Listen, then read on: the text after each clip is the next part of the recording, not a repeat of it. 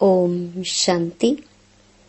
8 जुलाई 2023 बाबा के महावाक्य।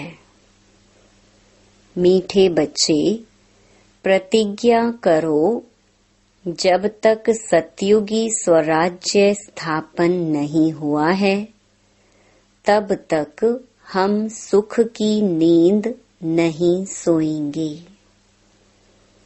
पवित्र बनकर सबको पवित्र बनाएंगे। प्रश्न: ड्रामा में कौन सी मौत होना भी जैसे संगम युग की रस्म है? उत्तर: विजय माला में आने का पुरुषार्थ करने वाले अच्छे अच्छे बच्चे भी आश्चर्यवत सुनंती, कथनती, फिर भागंती हो जाते अर्थात मर जाते हैं। ऐसी मौत भी संगम युग की जैसे रस्म बन गई है। श्रीमत पर ना चलने से माया हरा देती है।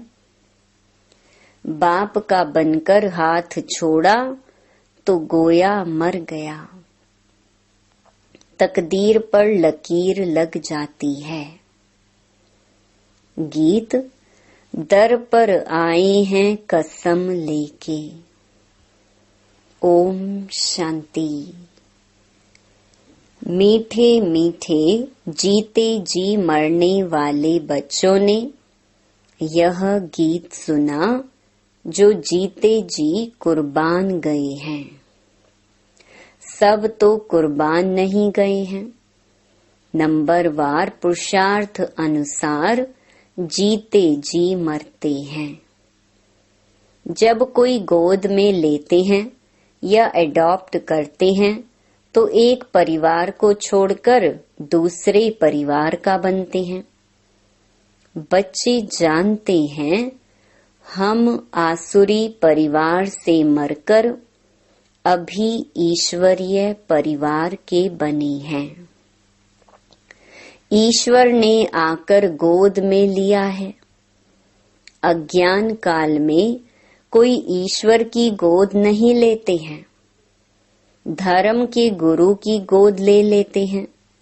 जैसे वल्लभाचारी श्री कृष्ण के मंदिर में बच्चे को श्री कृष्ण की गोद में देते हैं, परंतु वह तो है जड़ चित्र, इसलिए फिर ब्राह्मण पुजारी गोद में ले लेते हैं वैष्णव बनाने के लिए। ऐसे गोद में तो बहुत लेते हैं। बच्चे जानते हैं बरोबर उनकी गोद लेते हैं जो होकर गए हैं। कोई क्राइस्ट की गोद लेते, कोई इब्राहिम की गोद लेते। कब होकर गए हैं वह फिर कब आएंगे ये सिर्फ तुम बच्चे जानते हो। अभी तुम जीते जी मरे हो, तुमको एक बाप की याद में रहना है। लौकिक बाप के बच्चे गोद में आते हैं, बाप मर जाता है, बाकी बच्चे रह जाते हैं। यहाँ तुम ऐसे बाप की गोद में आए हो जो बाप तुमको इस मृत्यु लोक से अमर लोक में अथवा दुर्गति से सदगति में ले जाने वाला है। मनुष्य मात्र का सदगति दाता एक ही है। ऐसे नहीं कि सदगति सिर्फ तुमको मिलती है। सदगति तो सबको जरूर मिलती है, परंतु ड्रामा अनुसार किसको सतो प्रधान, किसको सतो, किसको रजो, तमो सदगति मिलती है। भल तमो में आते हैं तो भी पहले आने से दुख नहीं भोगते, पहले सुख जरूर भोगना है। अंत में तो सभी दुख भोगते हैं। बाप कहते हैं कि सदगति दाता पतित पावन मैं एक ही हूँ। पहले पहले जो आत्माएं आती हैं वह सुख भोगती हैं, फिर दुख में आती हैं। तुम भी नंबरवार पुरुषार्थ अनुसार पहले सतो प्रधान, फिर सतो रजो तमो में आते हो। तुम भी नंबरवार सदगति को पाते हो। मुख्य 8 दाने गिने जाते हैं ना। अब तुम सब द्रौपदियां हो, बाप के बने हो तो बाप को कभी छोड़ना नहीं है। परंतु श्रीमत पर याद नहीं करते हैं तो फिर माया हाथ छुड़ा देती है। गोद तो ली, शुरू में चलते आए, अच्छे अच्छे बड़े मीठे बच्चे जिनको विजय माला में 3-4 नंबर में रखते थे, वह भी आश्चर्यवत भागंती हो गए। ये भी इस संगम युग की रस्म रिवाज है। आश्चर्यवत सुनंती कथंती मरंती, यह होता रहेगा। कहेंगे ड्रामा में इनका यह मौत था। बाप का बनकर फिर हाथ छोड़ा तो गोया मर गया। है तो भल इस दुनिया में, परंतु जीते जी यहाँ से निकलकर आसुरी दुनिया में चला गया। कोई कारण तो बनता है ना। भल कहेंगे ड्रामा, परंतु श्रीमत पर ना चलने से माया से हार खा लेते हैं। तकदीर पर लकीर लग जाती है, ईश्वर का बनने से फिर होती है माया से लड़ाई। बाकी देवताओं और असुरों की लड़ाई नहीं होती है। माया असुर है जो जीत पा लेती है। अच्छा, अब बच्चे लिखते हैं कि राखी बंधन के त्योहार पर क्या करें। इस त्योहार पर तैयारियां तो करते हैं ना। रक्षा बंधन पर्व के उपलक्ष्य में इन एडवांस जाकर राखी बांधते हैं। इसका पूरा रहस्य भी बुद्धि में होना चाहिए। आगे तो ब्राह्मण ब्राह्मणियां राखी बांधते थे। अब यह रिवाज निकला है कि बहन भाई को राखी बांधती है। असल में ब्राह्मण राखी बांधते थे क्योंकि ब्राह्मण जाति ऊंच स्वच्छ गाई हुई है। ब्राह्मण असुल सन्यासियों से भी ऊंच है, परंतु ड्रामा अनुसार इस समय सन्यासी ऊंच बन गए हैं। आगे ब्राह्मण राखी बांधते थे, फिर जन्माष्टमी पर वह राखी खोलते थे। जैसे द्रौपदी के लिए कहते हैं कि जटाएं खोल दी थी। ऋषि लोगों की जटाएं भी हमेशा खुली रहती हैं। पतिव्रता स्त्री होती है तो चोटी बांधती है। द्रौपदी ने खोल दिया था कि जब तक हम अपना राज्य नहीं लेंगे तब तक चोटी नहीं करेंगे। अब तुम बच्चों को अर्थ सिर्फ समझाया जाता है। जब तक हम स्वराज्य नहीं लेंगे तब तक सुख से सोएंगे नहीं। गाते हैं ना, आराम हराम है। अंदर में यह जोश रहता है कि जब तक स्वराज्य नहीं लिया है तब तक सुख कहाँ। सुख तो भविष्य में पाना है, इसके लिए पुरुषार्थ अब करना है।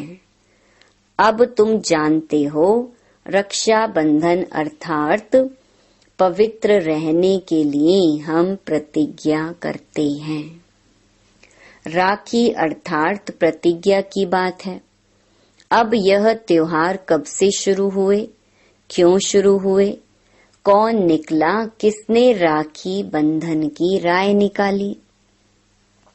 कोई एक राय निकालते हैं, फिर उसका नाम बाला हो जाता है। तो यह पवित्रता की निशानी है। बहन हो गई कुमारी, कुमारियां बांधती हैं। तुम गृहस्थी को भी जाकर बांधती हो। कुमार तो हैं ही कुमार। बहन भाई को बांधती हैं, कुमार हो व शादी किया हुआ हो। शादी किया हुआ फिर पवित्र रहे, यह तो बड़ा मुश्किल है। भगवान कहते हैं कि यह अंतिम जन्म पवित्र बनो, तो भी नहीं बनते हैं। तो बहन द्वारा कुमार भाई को राखी बांधनी चाहिए कि प्रतिज्ञा करो, हम कभी विष नहीं पिएंगे। जो हैं ही विकारी, वह तो कभी विकार को छोड़ेंगे नहीं, भगवान का फरमान भी नहीं मानते हैं। तो यह कुमार कुमारियों की रस्म चली आती है। अब तुम समझते हो कि यह त्योहार भी संगम युग का है। सतयुग में तो है ही सब पवित्र, वहाँ राखी बांधने की दरकार ही नहीं। ऐसे नहीं कि यह सतयुग से लेकर रिवाज चला आया है। उत्सव बहुत करके संगम युग के हैं। लक्ष्मी नारायण का उत्सव भी अभी मनाते हैं, परंतु उनका महत्व नहीं। श्री कृष्ण जयंती मनाते हैं, परंतु पहले तो श्री कृष्ण को ऐसा किसने बनाया, वह बताओ। विचारों को मालूम नहीं, ये भी क्लियर कर लिखना है। उत्सव सब हैं इस समय के, सतयुग में ऐसी बात होती नहीं। यह तो द्वापर में कुछ समय बाद फिर शुरू होते हैं। दीपमाला का उत्सव भी सतयुग में नहीं मनाया जाता, जैसे यहाँ मनाते हैं। यहाँ मनाने का अर्थ दूसरा है। उत्सव का महत्व कब का है, ये समझने की बात है। बच्चों को समझाया जाता है, यह उत्सव इस समय के हैं जबकि शिव जयंती होती है। शिव जयंती के बाद फिर होती है राखी। पवित्र बनने की प्रतिज्ञा करते हैं कि यह अंतिम जन्म हम पवित्र बनेंगे। भारत को अथवा विश्व को पवित्र बनाने के लिए तुम बच्चों के लिए इस रक्षा बंधन का बड़ा महत्व है। प्रतिज्ञा की जाती है, हम कभी पतित नहीं बनेंगे। अब तुम पावन बनते हो, तो सिर्फ तुम पावन कुमारियों को ही हक है राखी बांधने का। भाइयों को सदैव पवित्र रहने के लिए राखी बांधनी है और इन गृहस्थियों से प्रतिज्ञा करानी है पवित्र रहने की। कहते हैं ना, पतित पावन आओ, तो जो गायन है वो ही प्रतिज्ञा कराते हैं, पतित से पावन बनो। बाप आकर प्रतिज्ञा कराते हैं। शिव जयंती के बाद है रक्षा बंधन। होली भी ज्ञान की है। धुरिया और होली दोनों इस समय के हैं। होली अर्थात पवित्र बनो, धुरिया माना ज्ञान धारण करो। वह फिर पत्थर, ठिक्कर, गोबर आदि आदि बनाकर क्या क्या करते हैं, तो पतित पावन बाप ही आकर बच्चों को समझाते हैं। जो जीते जी मरते हैं, उनमें भी मातेले और सौतेले होते हैं। मातेले का हिसाब किताब जरूर बाप के पास होगा। बाप जरूर बच्चे की सब कारोबार, मिल्कियत आदि को जानते होंगे। मातेले वह हैं जिनका बाप से पूरा लव रहता है। मातेले भी नंबरवार होते हैं, सौतेले भी नंबरवार हैं। कोई कपूत कोई सपूत तो होते ही हैं। शिव जयंती भी संगम युग पर होती है। संगम को भी टाइम देना चाहिए। जैसे लीप मास कहते हैं, फिर लीप सेंचुरी 100 वर्ष की है। यह बहुत ऊंची है लीप सदी, 20वीं सदी कहते हैं ना। इनमें भी यह सदी जिसमें बाप आते हैं, इसको संगम सेंचुरी कहेंगे। उथल पुथल होने में टाइम लगता है। दीपमाला भी यहाँ की है, तुम बच्चे जानते हो। शिव जयंती के बाद फिर है पवित्रता की बात। शुरू से लेकर पवित्रता पर झगड़ा चला आया है। पवित्रता के साथ ज्ञान और योग की होली धुरिया साथ साथ है। बाप की याद भी अच्छी रीति चाहिए। ज्ञान का धुरिया भी चलता रहता है। ज्ञान बरसात तुम पर होती ही रहेगी। पवित्रता पर ही झगड़ा चलता है। सब कहते हैं कि यह कौन आया है, जो कहते हैं घर गृहस्थ में रहते पवित्र रहकर दिखाओ।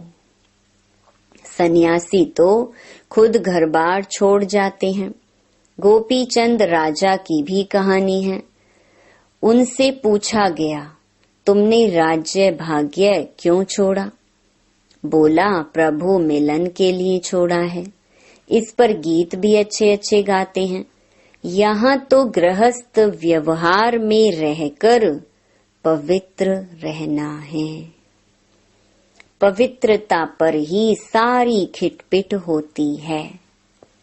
अब रक्षा बंधन है पवित्र बनने बनाने का यादगार पर्व। यहाँ देखो, छोटे छोटे बच्चों को भी साक्षात्कार होते हैं। अब छोटे बच्चे ने क्या भक्ति की, बाबा ने झट सबको साक्षात्कार करा दिया। तो समझते थे जादू है। इसको कहा जाता है शिव बाबा के चरित्र। बैठे बैठे गुम हो जाते थे, ये भी ड्रामा ही कहेंगे। एक दो को देखा और ध्यान में चले गए। यह सब चरित्र परम पिता परमात्मा के हैं, श्री कृष्ण के नहीं। श्री कृष्ण का नाम ले सारी बदनामी की है। भागवत में क्या क्या लिख दिया है। श्री कृष्ण सतयुग का प्रिंस, उसने चीर हरे यह किया। ऐसे चरित्र तो गाए नहीं जाते। दुनिया वाले समझते हैं बरोबर श्री कृष्ण ने यह सब किया होगा। फिर कहते हैं श्री कृष्ण के शरीर में आत्मा आई होगी जिसने ज्ञान सुनाया होगा, परंतु ऐसे तो नहीं हो सकता। वह तो प्रिंस नामी ग्रामी था। फिर रथ दिखाते हैं, रथ में श्री कृष्ण दिखाते हैं। घोड़े गाड़ी पर बैठ पाठशाला चलाई जाती है क्या? यह है राजयोग की पाठशाला। कहाँ उन्होंने युद्ध का मैदान दिखाया है और कहाँ तुम्हारी यह युद्ध। यह है माया पर जीत पाने की युद्ध। तो तुम बच्चों को रक्षा बंधन पर समझाना है। रक्षा बंधन अर्थात पतितों को पावन बनाने के लिए स्वयं परम पिता परमात्मा आई हैं। तुम ब्रह्मा कुमारियां हो जो गाई हुई हो। कुमारी वह जो 21 कुल का उद्धार करे। संगम की ही बात है। फिर यह उत्सव सतयुग आदि में नहीं चलता। राखी बंधन के बाद फिर है श्री कृष्ण जयंती, क्योंकि सतयुग में पहला नंबर जन्म है श्री कृष्ण का। उनकी भी राजधानी है। वह इस समय प्रतिज्ञा करते हैं श्री कृष्ण के कुल में जाने के लिए। यह राजयोग है। तुम नर से नारायण बनते हो, लक्ष्मी नारायण की जीवन कहानी है नहीं। बाप ने समझाया है, राधे कृष्ण सो लक्ष्मी नारायण की जीवन कहानी। श्री कृष्ण का जन्मदिन मनाते हैं। अच्छा, नारायण जयंती कहाँ? कारण होगा ना समझने कारण सारा खेल ही मुंझा दिया है। महत्व सारा यहाँ का है। ऐसे भी मत समझो कि दीपमाला कोई सतयुग से शुरू होती है। सतयुग में तो है ही पवित्र दुनिया। सभी की आत्माएं जगी हुई हैं। उत्सव सब इस समय के हैं। अभी तुम सबकी बायोग्राफी को जानते हो। शिव बाबा स्वयं आकर के बच्चों को कहते हैं कि अब पवित्र बनो। तुम आत्माएं मैली हो गई हो। सन्यासी तो कहते हैं आत्मा निर्लेप है। इसलिए बहुत लोग कह देते हैं अंडा मछली आदि खाने में कोई हर्जा नहीं है। सबकी अपनी अपनी रस्म रिवाज है ना। आगे काली पर मनुष्यों की बलि चढ़ाते थे। शिव को तो काला नहीं कहेंगे, न शंकर को कहेंगे। हाँ, ब्रह्मा और विष्णु के 2 रूप गोरे से काले बनते हैं। यह सब बाप बैठ समझाते हैं। अच्छा, मीठे मीठे सिक्की लधे बच्चों प्रति मात पिता बाप दादा का याद प्यार और गुड मॉर्निंग। रूहानी बाप की रूहानी बच्चों को नमस्ते। धारणा के लिए मुख्य सार। पहला, बाप से पूरा पूरा लव रख मातेला बनना है। अपना पूरा समाचार बाप को देना है। कभी भी कपूत नहीं बनना है। दूसरा, रक्षा बंधन का यथार्थ रहस्य बुद्धि में रख पवित्र जरूर बनना है। माया से कभी हार नहीं खानी है। पवित्रता के बल से स्वराज्य लेने की प्रतिज्ञा करनी है। वरदान, सदा मिलन के झूले में झूलने वाले तत्त्वम के वरदानी बाप समान भव। जैसे बाप दादा आप मालिकों की आज्ञा को मानकर मिलन मनाने के लिए आते हैं। जी हाजिर का पाठ पढ़कर हाजिर हो जाते हैं।